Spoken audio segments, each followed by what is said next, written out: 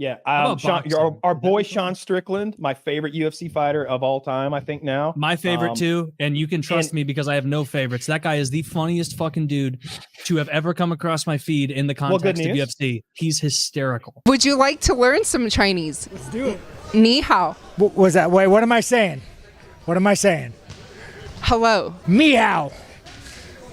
I feel like I should already start. How do I say work harder, child? So when I start my clothing company and I open up a couple sweatshops, how do I get to the meat and potatoes of work harder? No food for you till you finish. Oh man, no, if I killed someone in the ring, I'd fucking make me very happy. All right, next question. Do you believe fat shaming is okay if the person you're fat shaming is someone you love? I think fat shaming is always okay. There's nothing worse than being next to a fat, smelly motherfucker. And the most human thing you could do is telling a fat, smelly motherfucker to put down the fork. He is in negotiations to fight the black guy we saw a minute ago with Zuck in Australia on the coming up card. Good for him. He's trying. It's kind of gone back and forth. That Sean's so good on social media. At one point, he was like, they changed their mind. They say they don't want me. And everybody's like, no. And now they're back to the negotiation table again. Like it came back. Yeah, smart man.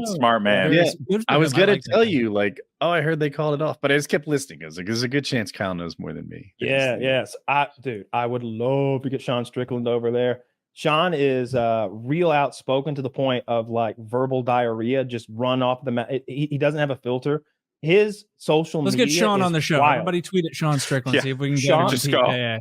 Sean, do this clip. This is why Sean Strickland. Strickland's a badass. There's a lot of these dudes who are martial artists. Sean Strickland's still a fucking tough guy, if you ask me. That's how I define Sean Strickland. I see him in traffic on his social media recording while he's calling people out in traffic. You want to handle this like a man? You want to pull over? No guns, no knives? You want to go? And the guy's like, guns? He's like, no guns. Don't shoot. Do you want to throw down? No guns, no knives. And then a woman, he's having an argument with her. You got a husband or a son that can come out here and stand for you? Someone whose ass I could whoop, lady. Like, he's so wild. Just beating the shit out of a 7-year-old at Whole Foods. Yeah. Get that kid out of the basket.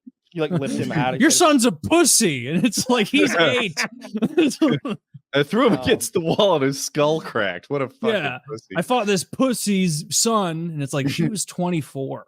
Yeah. Like, of course. I'm not saying that the world will be a better place with more of me, but you guys need to get hit by your dads a little bit more. Not even hit, not discipline. You guys don't need to be like, I didn't take out the trash, hit. You guys need to get like an alcoholic rage beating, and then you'll start fucking learning how to have, nuts. The UFC's really good right now, in my opinion. I think it's not always good. I'll be honest. The women's fight, that's about to go away. Dana's about to start deleting fucking divisions over there with the ladies. But the men, there's this big pile up at the top in multiple divisions. It's fun to see. And then the divisions that were kind of piled up, starting to get a little slack, and things are starting to move forward. You're about to see Yair Rodriguez fight Alexander Volkanovski.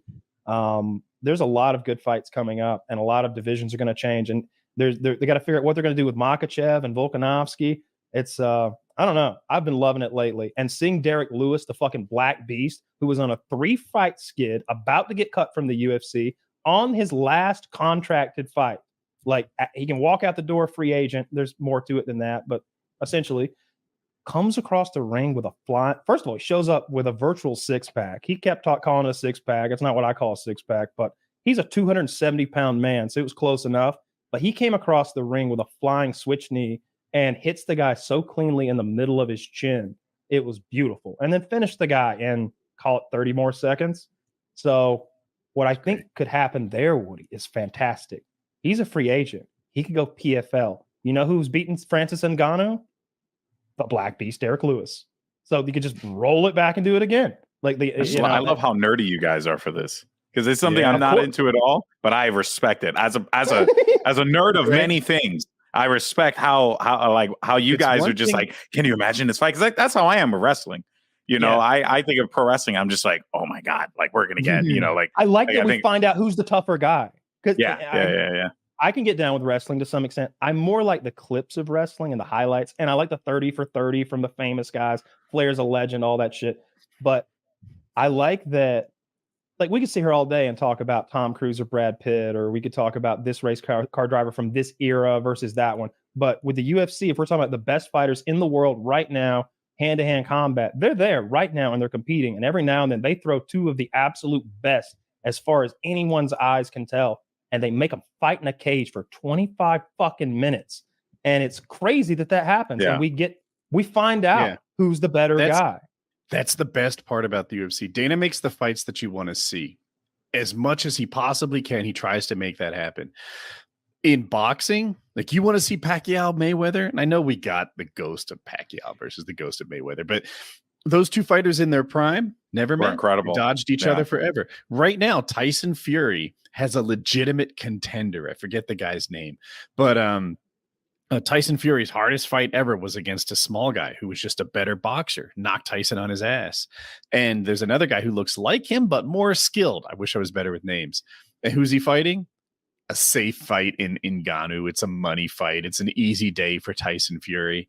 And you boxers don't often fight the other best boxer. That fight doesn't happen. In the UFC, you've got Dana telling who's allowed to fight who, and they just match them together. And you get Gaethje versus Poirier for the bad motherfucker belt. You get these champions fighting the toughest guy, the second toughest guy on earth. It'll happen.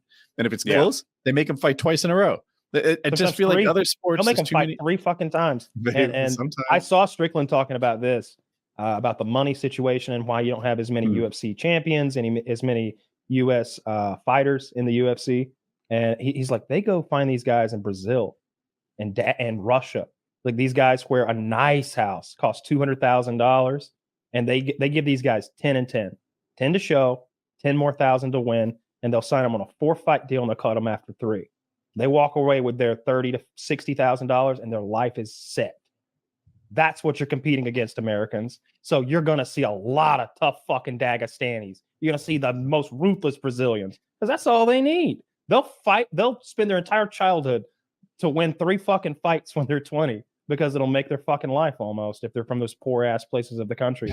And they don't mind shedding blood. If the fighter doesn't speak English, I'm less interested. Oh, for sure, man. If you want a superstar, he's got to be slick with it. He's got to be a Colby Covington. Look, there's a reason Ric Flair is my favorite fucking UFC fighter. And The Rock is probably my second. They were slick on the microphone and funny.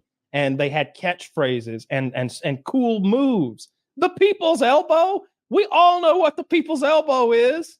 I mean, is that Stone Cold? I don't know the people's elbow. That's The Rock. That's The Rock. We all don't know what most of us know what the... Yes, those of us who are educated in wrestling. Actually, Zach brings up a great point. Stunner.